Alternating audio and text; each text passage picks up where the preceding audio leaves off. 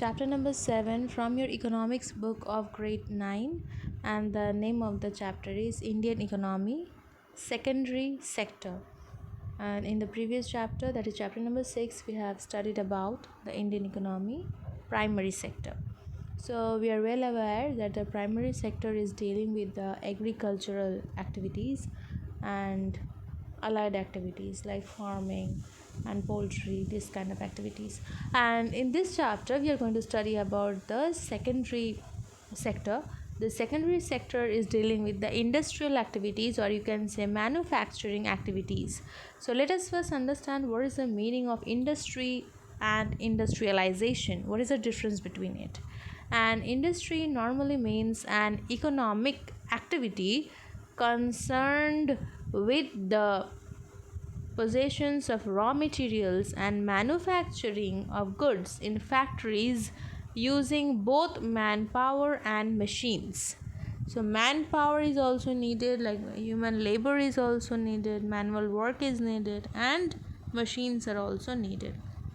Thus, we talk about textile industry, iron and steel industry, automobile industry are, and there are a few more examples also. And on the other hand, industrialization can simply be defined as a process which involves substitution of machine power for manpower.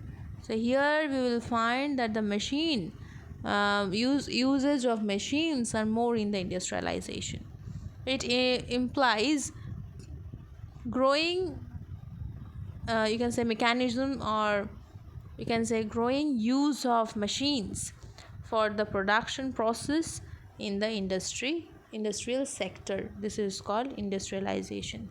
So in industry we are finding both manpower and machine, whereas in the industrialization we are finding that they are focusing more on the machines rather than manpower. But the thing is, we have to remember that in industry something new is getting manufactured or getting produced. Come to the next page. We are having interdependency between agriculture and industry. We cannot say that the agriculture alone can survive without the industry, and we cannot say that the industry alone can survive without the agriculture.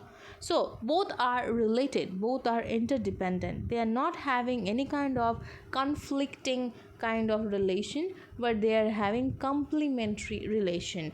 Complementary means they are helping each other, they are not fighting, they are not conflicting with each other.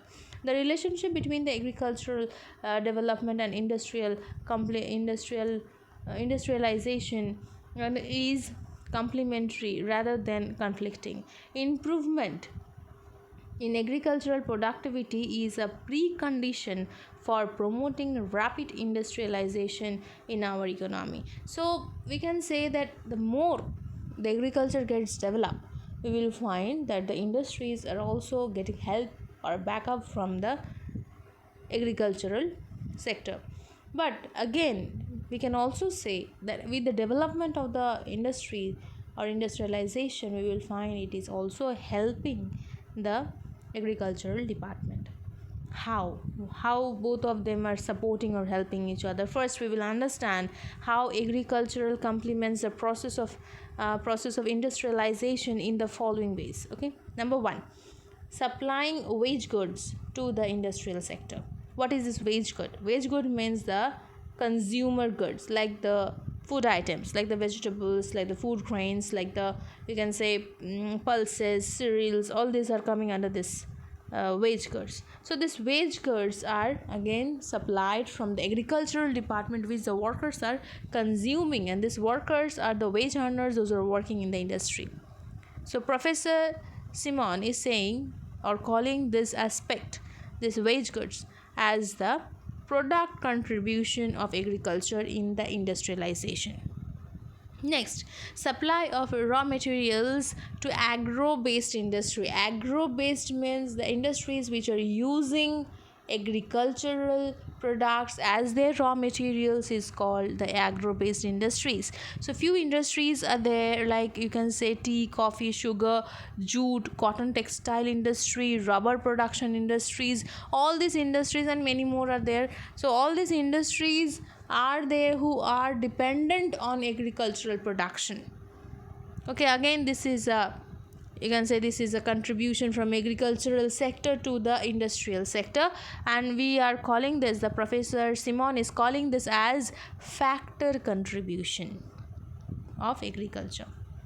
Next, number 3, supplying necessary labor forces to the industrial sector. As we know, this is again a factor contribution, but as we know that agricultural, India is a agricultural based country, and in always we will find that in India there is a excess labor in this agricultural department, excess labor.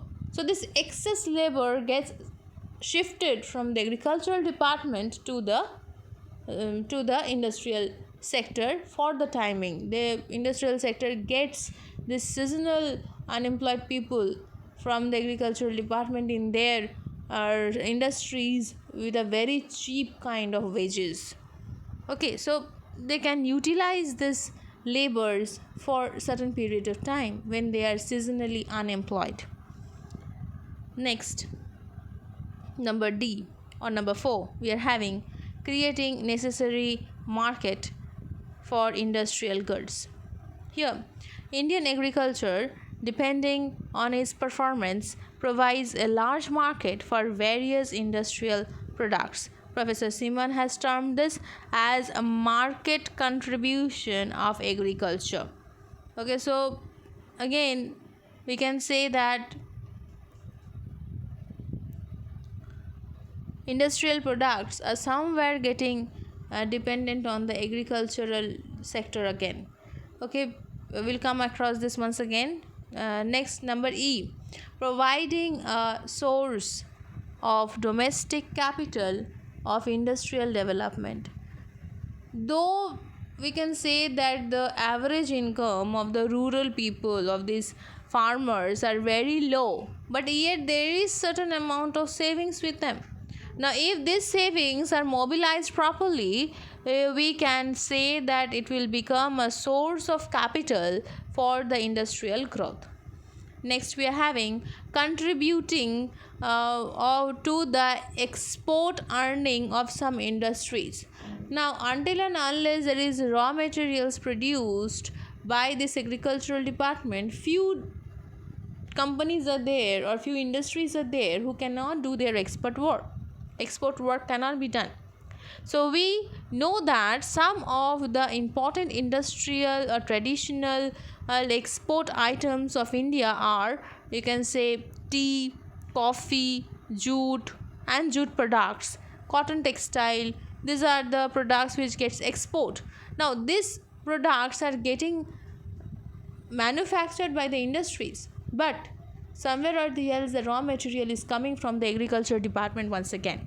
So agriculture is indirectly contributing the export earning of the industries in India. Next, the last point, that is providing opportunities for entrepreneurial and administrative skills in the industrial sector.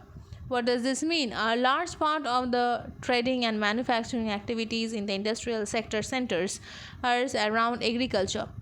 It leads to great intersectoral transactions and provides opportunities for innovative entrepreneurs in the industrial sector to develop new products or new processes and producing processes.